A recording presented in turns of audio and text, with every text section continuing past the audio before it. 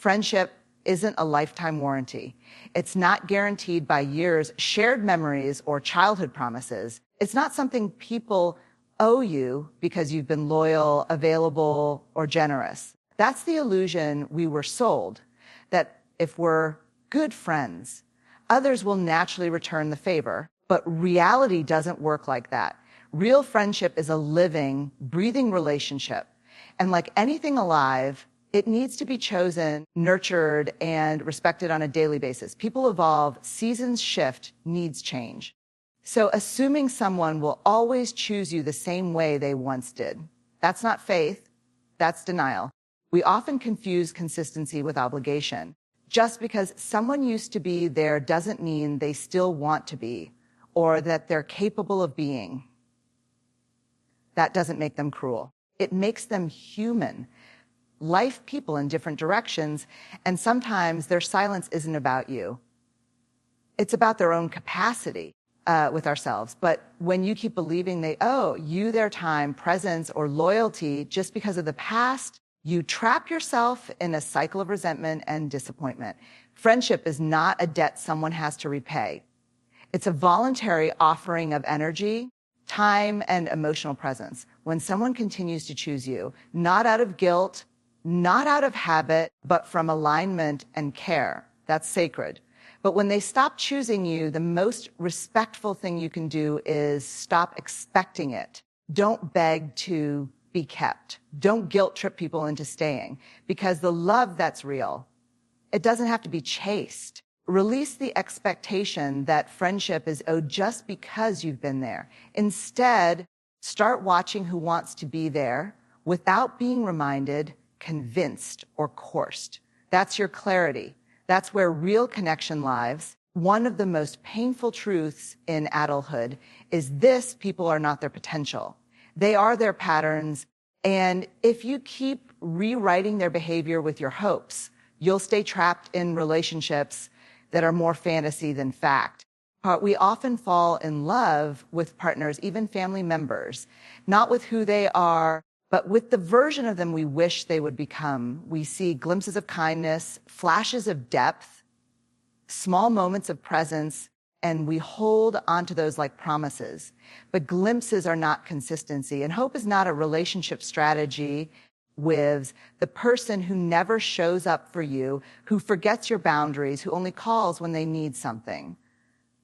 They're telling you who they are loudly. But when we don't want to lose the connection, we start narrating over reality. They're just going through a hard time. They mean well. They didn't mean it like that. You start explaining away what you know in your gut, and eventually you're building the relationship alone, carrying the weight of two people's emotional labor while hoping they'll one day wake up and match your effort. Stop. That's not loyalty. That's self-abandonment dressed as compassion. You can't change someone with your presence. You can't heal them by staying longer. You can't save a friendship that requires you to betray yourself in order to keep it alive. People are not projects. And you are not here to endure disrespect because of your attachment to someone's potential. The most self-respecting thing you can do is take people at face value, not from their apologies, but from their repeated choices. Ask yourself, do they make space for me, or do they take space from me? Do I feel seen with them, or constantly misunderstood and overlooked? Let their actions speak louder than your imagination. And when they show you who they are, believe it. Not because you're bitter, but because you're finally ready to stop betraying your own clarity just to keep someone close. We grow up being told that real friends love you no matter what. But the truth that stings in adulthood is this: most friendships are deeply conditional, not out of cruelty, but out of quiet, unspoken contracts, ones we rarely acknowledge until they're broken. People are drawn to you for many reasons. Shared interests, common wounds, convenience, proximity, or how you make them feel about themselves. Often, it's not you they're loyal to, but the version of themselves they experience in your presence. When that version no longer exists, or when you grow beyond the role they need you to play. They quietly disappear or become distant. That's not betrayal. That's Khan's conditional friendship coming to light. Think about it. You were there for them during their lowest moments. You answered every two-ham call. You showed up when they had no one else. You carried their secrets. But the second you asked for the same in return or dared to have boundaries, you became too much, distant, or changed. Why? Because the friendship was never rooted in mutual depth. It was rooted in what you gave them, not who you were to them. That kind of friendship has a shelf life. And it ends the moment you stop over-functioning. What hurts most isn't the friendship ending. It's realizing that your love was unconditional, but their presence was not. And the longer you deny that truth, the more you set yourself up to be exploited emotionally. You'll keep giving, hoping languinect with ourselves, hoping they'll finally reciprocate. You'll keep tolerating, hoping they'll one day understand. But all you're doing is staying in a relationship that only works if you keep sacrificing yourself. Friendships rooted in true love don't need you to shrink, silence your needs, or become a version of yourself that's easier to digest.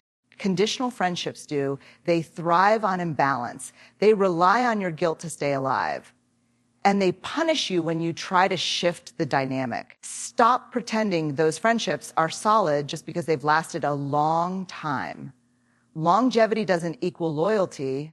Some people were only meant to walk with you for a chapter, and clinging to them only keeps you from meeting the ones who can walk with you through your evolution. Start noticing who stays when you stop performing, who remains when you speak hard truths, who values you when you have nothing to offer but your honest self. Those are the relationships you build on. The rest, bless them, release them, and let them go. Correct ourselves, there comes a point in your life where you have to stop bleeding for people who wouldn't offer you a Band-Aid. Many of us were taught love means sacrifice, that friendship means loyalty without question, and that being a good person means always showing up, always giving, always being available. But the quiet tragedy behind that belief is this: you end up overextending yourself for people who wouldn't flinch if you were the one in crisis. If you're the one always checking in, if you're the one always remembering birthdays, making plans, apologizing first, or holding the emotional weight of the relationship, then what you have is not a friendship. It's a one-sided contract. And the longer you keep performing that role, the more invisible your own needs become. Ask yourself, if you stopped reaching out, would they notice? If you needed help, would they cancel their plans for you like you've done for them?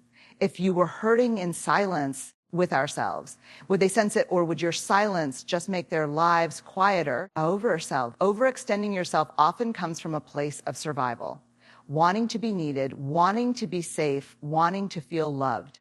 But when your giving becomes a currency for being tolerated, you are no longer in a relationship. You're in a transaction, and your value becomes tied to your usefulness. That's not love. That's emotional labor being exploited under the label of friendship. You deserve reciprocity, not perfection, not constant agreement, but mutual effort. The kind of connection where someone meets you halfway without needing to be begged, reminded, or guilt-tripped. Anything less will drain you. It will make you bitter, exhausted, and confused, wondering why you feel so lonely around people you've given everything to. The truth, not everyone deserves full access to your energy. And loving someone doesn't mean they get to endlessly withdraw from your emotional account while never making deposits of their own. Stop over-explaining, stop overcompensating, stop over-functioning. Stop mistaking your worth for your willingness to be everything for everyone. The people who are meant for you will not just take, they will tend. They will notice, they will care. Not because you asked, but because it's who they are. Give freely, yes, but only where your giving is valued, matched, and respected. Otherwise, start pulling that energy back home to the one person who always deserved it, Ting you. Real loyalty doesn't announce itself. It doesn't need a stage. It doesn't need to be documented or broadcasted. It lives in the quiet corners of your life, showing up not for attention, but because it chooses you consistently, without fanfare. In a world obsessed with performative connection, we've confused noise with depth. Someone posts about you, praises you in public, calls you, ourselves, best friend, on their stories, and we mistake that for loyalty. But loyalty is not loud. It's not the person shouting their support when the spotlight's on you. It's the one still standing beside you when the room has emptied out and no one's watching. It's the person who doesn't need to tell you they're loyal because they show you in 100 small ways. They check on you when you go quiet. They protect your name in rooms you'll never enter. They don't flinch when your life gets messy or when your truth gets heavy. They hold your vulnerability like something sacred, not something to use as leverage later. True loyalty is rare because of emotional maturity, integrity, and the ability to see past the moment. It's not about being loyal to your moods, your mistakes, or even your version of the story. It's about someone recognizing your soul and saying, I'm not leaving this because it got uncomfortable. But here's the hard truth on not everyone you love is built that way. Some people are only loyal to who you were when you were useful to them. The moment you change, grow, set boundaries, or ourselves, or stop overgiving, they disappear. That's not a loss. That's clarity, because the people who are actually loyal to you don't need you to perform to be worthy of their presence. They don't need you to earn it. They don't demand perfection or emotional labor. They stand by you because they respect your essence, not your utility. And most of all, true loyalty is invisible to everyone but you. It happens in the absence of applause, in the consistency of check-ins, in with ourselves, in the protection of your name, in the grace they offer when you're not easy to love, in how they never bring your private pain into public conversation. That kind of loyalty can't be bought. It can't be negotiated. It can only be witnessed over time. So stop being impressed by grand gestures and start noticing the quiet ones. Start valuing the person who shows up when it's inconvenient, the ones who stay when you have nothing left to give. Those people, that's gold. And with ourselves. And you'll only meet a few of them in your entire lifetime. Treat them accordingly. Loneliness is one of those experiences we all try to avoid. It's uncomfortable, it's heavy, and it often carries a sense of shame. Like, if you're lonely, it must mean you're unlovable, forgotten, or broken. But that's not the truth. The truth is, loneliness is one of the most profound teachers you'll ever have because it strips away the noise. It shows you in brutal clarity who's really there for you and who was only there for the version of you that served them. In the silence of loneliness, there are no distractions. You can't mask it with business, parties, or shallow connections. You're left with you. And in that stillness, you start to see things you couldn't see when you were surrounded by people. You start to realize how many friendships were rooted in convenience, not connection. You see how often you were the one reaching out, holding the pieces together. You recognize the way you tolerated being half seen just to not feel fully alone. And most importantly, you begin to understand the difference between company and care. Loneliness has a way of detoxing your life. It pulls back the curtain on friendships that were only held up by your effort. It reveals where you've been betraying your own needs just to keep a relationship alive. It teaches you what friendship can't, that sometimes the most sacred form of connection is the one you build with yourself.